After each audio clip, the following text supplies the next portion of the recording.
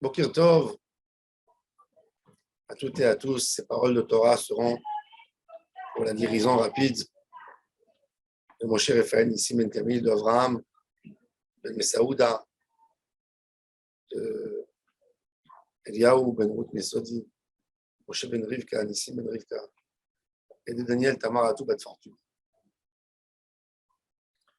Paracha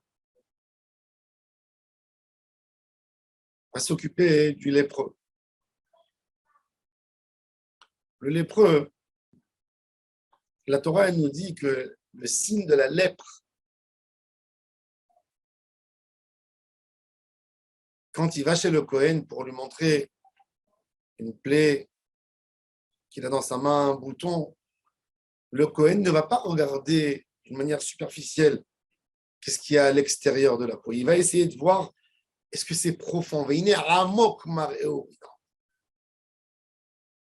Amok mar'eu. Un aspect profond. Le dégât de la lèpre, ce n'est pas des boutons à l'extérieur. C'est beaucoup plus profond. C'est interne. C'est pour ça qu'il faut un confinement, il faut une avodat amidot pour enlever. Aujourd'hui, la médecine nous dit beaucoup de problèmes de peau sont dus à un stress, à une situation que l'homme passe dans sa neshama, son âme. Ce n'est pas une allergie qui vient suite à quelque chose que l'homme a mangé, parce qu'une allergie, ça passe vite. Quand quelqu'un a des problèmes dans sa neshama, ça agit sur sa peau. Et c'est pour ça que en araméen, on appelle le lépreux sgirou, sagour, fermé. Mousgar, sagour, c'est que tout est fermé pour lui. Ses tfilotes sont fermées. Ses relations amicales ont une rupture suite à sa situation. C'est quelque chose qui contamine, c'est quelque chose qui n'est pas beau à voir, c'est quelque chose qui n'est pas agréable à vivre à côté. Tout est fermé de partout. Et pourquoi? Parce qu'il a parlé du Lachon Hara. Le Lachon Hara, c'est la chose qui peut casser le plus une vie de société. Vous avez deux personnes dans une chambre et l'un ne veut pas parler avec l'autre parce qu'il est sûr qu'il lui a fait du mal. Quelqu'un qui a fait ce Lachon Hara, il a fait du sgirou, il a fermé, il a abîmé. Et c'est pour ça que sa punition, c'est d'être en sgirou, c'est d'être fermé lui aussi. Fermé au niveau que même Akadosh Baruch Hu ne veut pas entendre sa voix.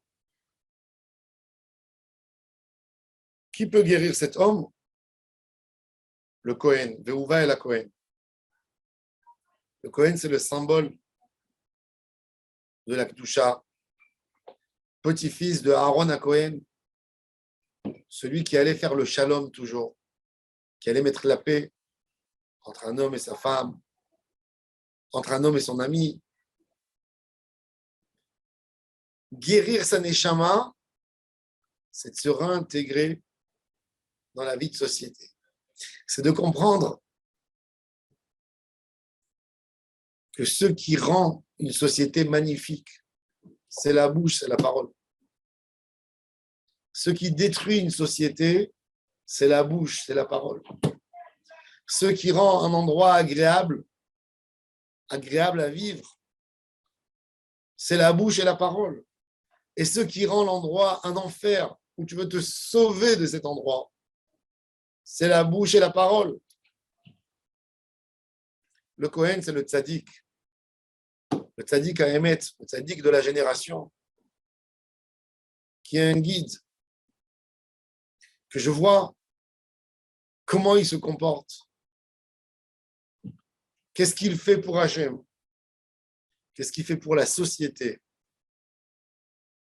Kohen Amakriv Korbanot, le Kohen, il doit faire attention même à garder ses pensées. Quand le Kohen a amené un sacrifice et il a pensé une pensée qui n'est pas liée au korban, il a rendu le korban inapte.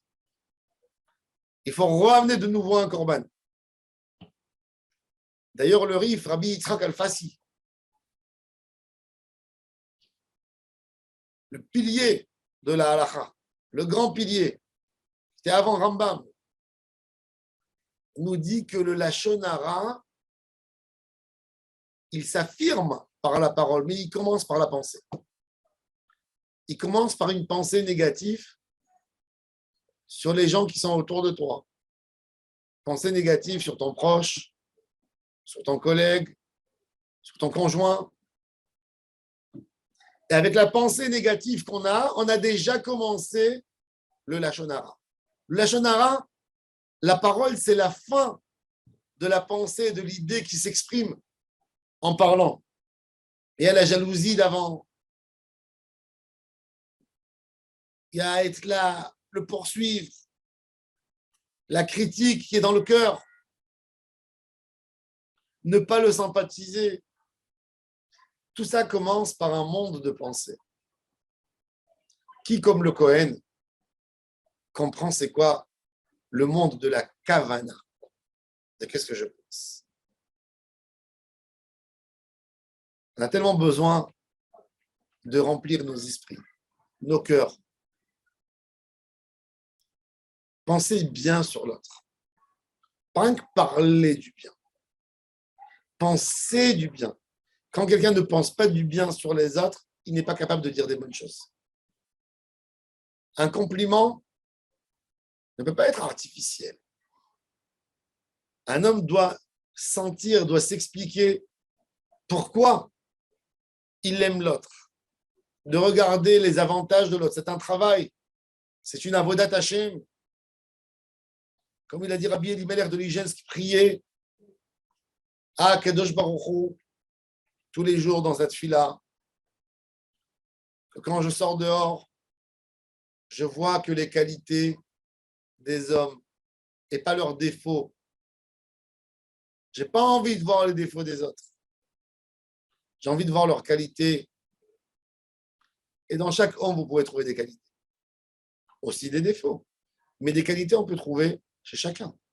Chacun a quelque chose d'extraordinaire en lui, qu'il est spécial dans ce domaine, qui sait faire une mitzvah, qui sait faire des choses. Et prendre ses qualités et se coller à ses qualités, pas à ses défauts. Ça, c'est la avodat Hashem. Ça, c'est la avoda du Kohen. Le Kohen reçoit chez lui, reçoit au Beth Amikdash des gens qui viennent pour amener des sacrifices. On les a mentionnés dans Parashat Vayikra, dans Parashat Tzav. Ils amènent un korban khatat sur des fautes qu'ils ont fait. Des fois un korban hacham, plus grave. Et le Kohen doit les aimer, ne doit pas penser des pensées négatives sur eux. Il doit les aimer pour pouvoir les aider à arriver à leur tikkun. Quand tu vois quelqu'un, tu veux lui faire une remarque, tu veux qu'il s'améliore. Si dans ton cœur à toi, tu es plein de rancune contre lui, si tu ne l'aimes pas comme il est, si ce qu'il fait te dégoûte, si tu es écœuré par son comportement, tu ne peux jamais que tes paroles rentrent dans son cœur. Impossible. Il faut que tu fasses un travail avec toi-même, tout d'abord de l'aimer. De lui montrer que ce comportement ne lui convient pas, que c'est une tâche, que ça salit sa neshama. Mais tu ne peux pas dire à quel point ça te dégoûte à toi, parce que là, quand ça te dégoûte à toi, donc déjà tu as fait un barrage entre toi et lui. Ce dégoût, cette réflexion fait une barrière. C'est pour ça qu'en français, c'est tellement beau le mot qu'on dit. Je te fais un reproche. Un reproche, c'est qu'on reste proche, même après. J'ai pas envie que ça soit une critique. Une critique, c'est pas un reproche. Une critique, c'est lancer une flèche et laisser l'autre sale avec. Un reproche, je veux te dire quelque chose qui va nous laisser proches. Je t'aime et je vois que ça va te faire du mal. Donc, permets-moi, mon frère, de te dire quelque chose. Quand tu aimes l'autre, il accepte ce que tu dis. Et ça, c'est le début du tikkun. Le Metzora, il est arrivé à la dernière étape du mal. C'est que le mal mijotait en lui contre l'autre à un point qu'il est sorti dehors. Motira, Metzora, Motira. Il a évacué dehors le mal qu'il a pensé sur l'autre. Et bien, Akadosh Baruch Hu lui a fait pareil dans sa peau. Son corps, la partie interne du corps a fait sortir un bouton à l'extérieur. C'est le mal qui était à l'intérieur qui a fait sortir à l'extérieur. Mida qui est négatif Mida. Tu ne peux pas réparer le bouton à l'extérieur si tu ne fais pas un traitement interne. On sait très bien que quelqu'un qui a un vrai problème, il prend des cachets. Les cachets qu'il prend, ça rentre à l'intérieur pour soigner, pour qu'il n'y a plus de l'intérieur quelque chose de problématique qui est affiché sur le corps à l'extérieur. Ça, c'est le travail. Le Icar de la Avodat Hashem. Tu ne peux pas dire « je ne parle plus du Lachon Hara ». Si tu penses du mal sur l'autre, tu parleras du Lachon Hara. Tu ne pourras pas l'empêcher. Ça va sortir. C'est-à-dire, je ne peux pas me retenir. Et si tu fais un travail avec ton cœur, avec ta neshama, de penser du bien sur l'autre, de ne pas regarder que ses côtés négatifs, de regarder son positif. Là, c'est le vrai tikkun. Ça, c'est Veuva et la Kohen, le monde de la pensée. Faire un travail au niveau de la pensée, aimer l'autre, apprécier l'autre. Et ça, c'est le vrai tikkun du Lachon Hara. Baruch Adonai Leolam. Amen.